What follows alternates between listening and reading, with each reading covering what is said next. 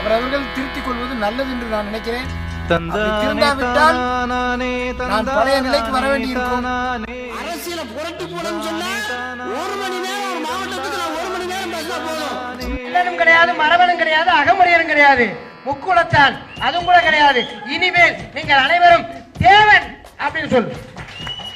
என் இனத்தின் மீது அவன் செய்கின்ற தொழிலுக்கு பங்கம் வருகிற பொழுது, அவனை பதவிக்கு வெட்டு வைக்கிற பொழுது அரியனுடைய குரல் தமிழகத்தில் சிம்ம குரல் என ஒழித்துக் கொண்டிருக்கும். அது எந்த விதமான